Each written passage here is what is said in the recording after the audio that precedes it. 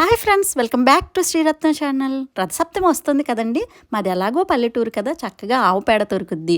ఆ ఆవు పేడతో పిడకలు చేసి స్వామివారికి అది పరమాన్నం ప్రిపేర్ చేద్దామని ఇంకా వారం క్రితమే ఇలా రెడీ చేసి పెట్టుకున్నాను.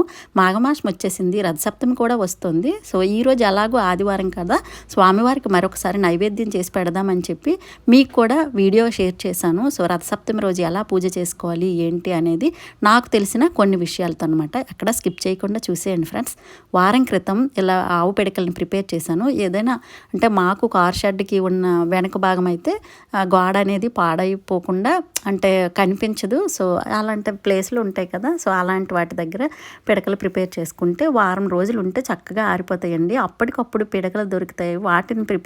వాటితో పరమాన్నం చేద్దామంటే అసలు పొగ వచ్చి ఇంకా ఆ రోజు పూజ అనేది మనస్తృప్తిగా చేయలేము. ఇంకా అందుకనే ఒక్క హాఫ్ అన్ అవర్ మనం ప్రిపేర్ చేసుకుంటే ముందుగానే మన చేతితో మనం ఏ పని చేసుకున్నా కూడా అది ఒక రకమైన సాటిస్ఫాక్షన్ ఉంటుంది అనమాట. సో నేను ఇంకా అలా పిడకలు కొట్టి ఉంచుతాను. చాలామంది అలాగే చేస్తుంటారండి. సో ఈ రోజైతే అంటే రథసప్తమి రోజైతే మీరు ఫ్లోర్ పైన ఇలా పిడకల్ని డైరెక్ట్గా పేర్చి దానిపైన గిన్నె పెట్టి పరమాన్నం ప్రిపేర్ చేసుకోవాలి. నేను ఈరోజు నార్మల్గా సండే కదా అని ఒక సపోర్ట్ తీసుకున్నాను. అంటే ఇటుక బెడ్డలు కడిగేసి కొంచెం పసుపు బొట్లు కుంకుమ బొట్లు పెట్టేసి దానిపైన గిన్నె పెట్టి ఒక 1/2 లీటర్ పాలు పోసి అందులోనే 1/2 లీటర్కి కరెక్ట్గా 3 గుప్పిళ్ళ బియ్యం అయితే కరెక్ట్గా సరిపోతాయి. సో పాలు మరిగేలోపు కొంచెం 3 గుప్పెల బియ్యం తీసుకున్నాను. అంటే కొంచెం ఎక్స్ట్రా తీసుకోవాలి. అందులో కొంచెం నెయ్యి వేసి బాగా కలిపేసి పక్కన పెట్టేసుకోవాలి. సో రథసప్తమి రోజైతే పూజ చేసుకోవడం కోసం పిడకలతో చేసుకునే వారికి ఆరు బయట చేసుకునే వాళ్ళకి ఇబ్బంది లేదండి. లేదు అలా వీలు కాదు అనుకునే వాళ్ళు, స్టవ్ పైన పెట్టుకుంటాం అనుకునే వాళ్ళు ఇలా రెగ్యులర్గా మనం స్టవ్ కడుక్కొని ఇంకా అది తుడిచిపెట్టుకొని పసుపు బొట్లు పెట్టుకొని కుంకుమ బొట్లు పెట్టి తర్వాత ఇలా 3 పిడకలు ఇలా స్టవ్ పైన పేర్చేసి దీనిపైన గిన్నె పెట్టి పాలు పోసి పరమాన్నం ప్రిపేర్ చేసుకోవచ్చు. చెరుకు గడతో కలుపుతూ మనకు తగినంత బెల్లం, అదే పరమాన్నంకి ఎంత వేసుకోవాలి అంత బెల్లం వేసేసి చెరుకు గడతో కలుపుతూ స్వామివారికి నైవేద్యం అయితే ఇలా కూడా ప్రిపేర్ చేసుకోవచ్చండి. పేషెంట్లు కానీ చిన్నపిల్లలతో ఉన్నవాళ్ళు కానీ ఇలా చక్కగా ప్రిపేర్ చేసుకోవచ్చు. ఆవు పిడకలు పల్లెటూరులో కానీ దొరుకుతాయి, కానీ టౌన్లో అయితే ఆన్లైన్లోనే అవైలబుల్గా ఉంటున్నాయంటండి. చాలా బాగా కాలుతాయంట. సో అలాంటి వాళ్ళకైతే మరి ఇంక ఇబ్బంది కూడా లేదు. నార్మల్గా మా చుట్టుపక్కల ప్రాంతాల వాళ్ళు ఏంటంటే ముందుగానే పిడకలు ప్రిపేర్ చేసుకొని అవి ఎండబెట్టుకొని ఒక పక్కన పెట్టుకుంటాము. ముందు రోజు సాయంత్రమే అవన్నీ కూడా ఇంకా ఆవు పిడకలని, చిక్కుడు ఆకులని, జిల్లేడు ఆకులని ఇలాంటివన్నీ చూసారా నేను ముందుగా ప్రిపేర్ చేసిన కాబట్టి మంట అయితే చాలా బాగా వస్తుంది. 5 నిమిషాల్లో ఇంకా పరమాన్నం ప్రిపేర్ అయిపోద్ది. అదే కొంచెం పెంట పైన అలాంటిది తెచ్చామనుకుంటే చాలా ఎక్కువ టైం పట్టి అసలు నార్మల్గా ఉండదు, చాలా డిస్టర్బ్ అవుతుంటాము. సో ఒక్కోసారి ఎప్పుడైనా వీలు కాకపోతే నేను కూడా అది ఫేస్ చేస్తుంటాను. చాలామంది చెప్తూ ఉంటారు అవి సరిగా కాలేదు, చాలా ఇబ్బంది అయింది ఈరోజు పరమాన్నం చేయడం అని. అటువంటి ఇబ్బందులు లేకుండా ముందే మనం వారం క్రితం మనం ఒక half an hour time spend చేస్తే చాలా నీట్గా పరమాన్నం ప్రిపేర్ చేసుకోవచ్చు. సో ఇంకా పాలు పూర్తిగా పొంగాల్సిన అవసరం లేదండి. జస్ట్ కొంచెం పొంగితే అంటే పొంగి బయట పొరలాల్సిన అవసరం లేదు. కొంచెం పొంగినట్టుంటే 3 గుప్పెళ్ళ బియ్యం పోసేయచ్చు. తర్వాత ఇంట్లో వాళ్ళందరి పేర్లు వాళ్ళు బియ్యం వేస్తే ఓకే, లేదంటే మనమే వాళ్ళ పేర్లు చెప్తూ కొంచెం చిటికెడేసి వేసేయచ్చు. సో ఇప్పుడు బియ్యం వేసాం కాబట్టి అది పరమాన్నం ప్రిపేర్ అవుద్ది. ఈలోపు మనం చిక్కుడు రథం ప్రిపేర్ చేసేసుకుందాం. చిక్కుడు రథం అంటే స్వామివారికి 7 గుర్రాలు ఉంటాయి కాబట్టి 7 చిక్కుడు కాయలను తీసుకొచ్చి గుర్రాలుగా భావించి స్వామివారి రథం ప్రిపేర్ చేస్తాము. సో అందుకనే నేనైతే అగరబత్తులు తీసుకుంటాను. చీపురు పుల్లలు అయితే మనం చీపురు తుడుస్తూ ఉంటాము, అవి అంత బాగుంటాయో లేదో అని అగరబత్తులు అయితే అన్నీ పెర్ఫెక్ట్ సైజులో ఉంటాయి కాబట్టి ఒక 4 అగరబత్తులు తీసుకొని దానికి ఉన్న పౌడర్ తీసేసి ఒక 4ని 8గా అంటే 2 పుల్లలుగా చేసేసి వాటిని యూజ్ చేస్తాను. ఒక్కొక్కరు ఒక్కో రకమైన డెకరేషన్లు చేస్తూ ఉంటారండి, అది మన ఇష్టం, మన ఓపిక.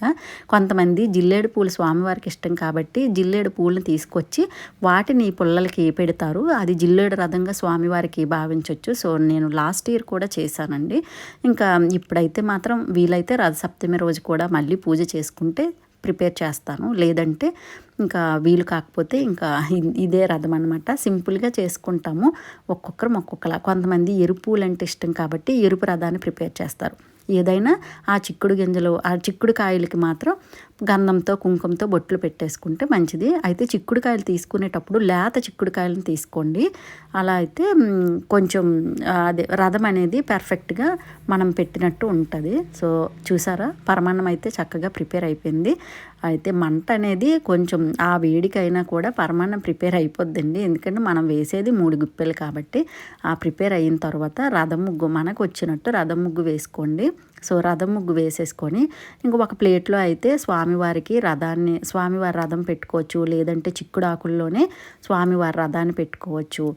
ఒక ప్లేట్లో 7 చిక్కుడాకుల్లో కానీ 7 జిల్లేడాకుల్లో కానీ స్వామివారికి పరమాన్నం ప్రిపేర్ చేశాం కదా, ఆ పరమాన్నం పెడుతూ నెక్స్ట్ దీపం అదే గోధుమ దీపాన్ని వెలిగించుకోవచ్చు. అది మన ఇష్టం అనమాట. సో ఎవరికి వీలైనట్టుగా వాళ్ళు చేసుకోవడమే. ఇప్పుడు నేను 7 చిక్కుడాకుల్ని ఒక ప్లేట్లో తీసుకొని మధ్యలో గోధుమలు వేసి ఆ దానిపైన దీపాన్ని వెలిగిస్తున్నాను. ఆ దీపంలో కూడా 7 ఒత్తులు వేస్తానండి. 7 ఒత్తులు స్వామివారికి 7 ఒత్తులు వేసి వెలిగిస్తే మంచిదని. ఆ 7 ఒత్తులు కూడా విడివిడిగా వేసుకొని 7 దీపాలుగా పెట్టుకోవచ్చు, లేదంటే 7 ఒత్తులను కలిపేసి ఒకే దీపంగా వెలిగించుకోవచ్చు. నేనైతే ఈరోజు 7 ఒత్తులను కలిపేసి ఒకే జ్యోతిగా వెలిగిస్తున్నాను. ఇంకా నెక్స్ట్ వచ్చేసి నువ్వుల నూనెని వాడతారు. నువ్వుల నూనె కానీ లేకపోతే ఇది నార్మల్గా ఆవు నెయ్యితో అయినా జ్యోతి వెలిగించుకోవచ్చు. అయితే ఆరు బయట సూర్యభగవానుడు వచ్చిన తర్వాత మనం జ్యోతులు వెలిగించడము ఈ పూజ అంతా చేసుకుంటాం కాబట్టి, అంటే ఆ టైం అయిపోతుంది కాబట్టి ఏదైనా అడ్డు పెట్టుకొని జ్యోతి కొండెక్కకుండా చూసుకోవాలి. అంటే ఏమైనా అట్టపెట్టెలు ఉంటాయి కదండి, ఆ అట్టపెట్టెలు పెట్టుకొని జ్యోతి నీట్గా మంచిగా వెలుగుతున్నట్టు చూసుకోవాలి. సో స్వామివారికి చెరుకు గడతోనే కలుపుతాము, చెరుకు గడతోనే స్వామివారికి నైవేద్యం పెడతాము. ఇంకా రేగుపళ్ళు స్వామివారికి ఇష్టం కాబట్టి రేగుపళ్ళు కూడా పెడతాం. ఈరోజు ఎక్కువ మంది రేగుపళ్ళుతో స్నానాన్ని కూడా చేస్తారండి, ఆరోగ్యానికి మంచిది అని. కొంతమంది అయితే డాబా పైన పెట్టుకుంటారు. అలాంటి వాళ్ళు డాబా పైనే పొయ్యి పెట్టుకునే వాళ్ళు ఏంటంటే డాబా పైన కొంచెం ఇసుక వేసి దానిపైన పిడకలు పెట్టి దానిపైన పొయ్యి వెలిగించుకోవాలి. అదే గిన్నె పెట్టుకొని పరమాన్నం ప్రిపేర్ చేసుకోవాలి. అదే ఫ్లోర్ పైన అయితే నార్మల్గా పెట్టుకోవచ్చు. చాలామంది ఇంకా అసలు డైరెక్ట్గా పిడకలతో అయితే వెలగట్లేదు, చేయలేకపోతున్నాం అనుకున్న వాళ్ళు ఏదైనా ఒక కుంపటిలో కూడా పిడకలు పెట్టి నైవేద్యాన్ని ప్రిపేర్ చేసుకోవచ్చు. అది మన ఇష్టం, మన ఓపిక, మన అలవాటు బట్టి, మనకు వచ్చే పని బట్టి సో అదే విధంగా చేసుకోవచ్చండి. నేనైతే చిక్కుడాకుల్లో నైవేద్యం పెట్టాను, రేగి పళ్ళు పెట్టాను. సో స్వామివారి ప్రతిమలు ఏ ఉన్నా కూడా పెట్టుకోవచ్చు. చాలామంది ఇళ్ళల్లో అయితే ప్రతిమలు ఉండడం కష్టమేనండి. నెక్స్ట్ అవి ఏవైనా మన దగ్గర ఉన్న ఫోటోలు అలాంటివి కూడా ఉండవు, పటాలవి. అందుకనే ఇంకా ఒకవేళ ఉంటే పెట్టుకోవచ్చు, లేదంటే మాత్రం పసుపు గణపతిని కానీ పసుపు గౌరీదేవిని కానీ అమ్మవారిని కానీ అలా చేస్తాం కదా, అలాగే ఒక తమలపాకు కానీ ఒక చిక్కుడాకు కానీ బొట్లు పెట్టేసి దానిపైన కుంకుమ బొట్టు కూడా పెట్టి అక్కడ స్వామివారిని ఒక పసుపు గణపతిని చేసినట్టు అలా పసుపుతో చేసి బొట్టు పెట్టేసి ఇదే స్వామివారిగా భావించి పూజ చేసుకోవచ్చండి, మన ఇష్టమే.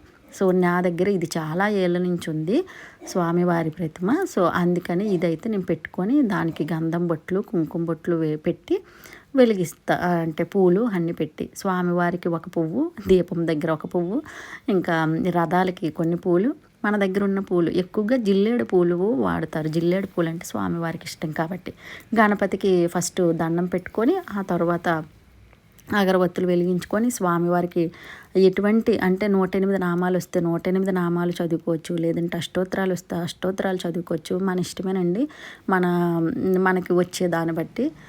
సో ఇంకా బుక్స్ ఉంటే ఆ బుక్ చూసి కూడా చదువుకోవచ్చు. సో బొట్లు పెట్టేసి స్వామివారికి పూజ చేసుకొని ఏమీ లేకపోతే ఓం ఆదిత్యాయ నమః అలా అని కూడా ఓం అచ్యుతాయ నమః అలా అని కూడా అనుకొని పూజ చేసుకోవచ్చండి. స్వామివారి నామాలే కాబట్టి స్వామివారి నామాలు తలుచుకొని మనకు ఆరోగ్యాన్ని ప్రసాదించమని. రథసప్తమి రోజు వీలు కాని వాళ్ళు ఏంటంటే ఏ ఆదివారమైనా పూజ చేసుకోవచ్చు మాఘమాసంలో, లేదు మాఘమాసంలోని వీలు కాని వాళ్ళు వైశాఖ మాసంలో కూడా పూజ చేసుకోవచ్చండి. మేము అప్పుడు కూడా స్వామివారికి సూర్య భగవానుడికి పూజ చేస్తాము. అయితే రథసప్తమి రోజు కాకుండా మిగిలిన రోజుల్లో పూజ చేసుకున్న వాళ్ళు ఎన్వి అయితే సండే తినకూడదు. సో స్వామివారికి తాంబూలం కూడా సమర్పిస్తున్నాను. సో ఇవన్నీ పూజ అయిపోయిన తర్వాత నెక్స్ట్ అర్ఘ్యం కూడా సమర్పించుకోవాలి. హారతి ఇచ్చిన తర్వాత దండం పెట్టుకున్న తర్వాత అర్ఘ్యం సమర్పించి మళ్ళీ దండం పెట్టుకోవాలి స్వామివారికి. సో ఆరోగ్యం బాగుంటుందని సూర్య భగవానుడి పూజలు ఎక్కువగా చేస్తుంటారు. మా సైడ్ అయితే ఖచ్చితంగా అరసవిల్లి కూడా వెళ్తుంటారండి. అరసవిల్లి మాకు చాలా దగ్గర కాబట్టి, శ్రీకాకుళం కాబట్టి అరసవిల్లిలో ఆ రోజు అసలు ఖాళీ ఉండదు, చాలా రద్దీగా ఉంటుంది. సో అర్ఘ్యం కోసం ఒక కలసం తీసుకొని కుంకుమ బొట్లు, పసుపుతో బొట్లు పెట్టేసుకొని కొంచెం పసుపు, కుంకుమ, కొంచెం గంధం, కొంచెం హారతి, కొంచెం అక్షతలు, కొంచెం పూలు వేసి అర్ఘ్యం సమర్పయామి అని స్వామివారిని తలుచుకొని ఇంకా దండం పెట్టుకొని ఆరోగ్యాలు ప్రసాదించమని, ఇంటందరికీ కూడా ఆరోగ్యం బాగుండాలని, అందరమీ బాగుండాలని మనస్ఫూర్తిగా స్వామివారిని కోరుకుంటూ పూజ అయితే ఆ రోజు ఇలా చేసుకోవాలండి. ముందు రోజు చాలా ఎక్కువ అన్ని పనులు చేసుకొని పూజ తర్వాత రోజు చేసుకుంటే మనకి ప్రశాంతంగా పూజ అయితే అవుద్ది.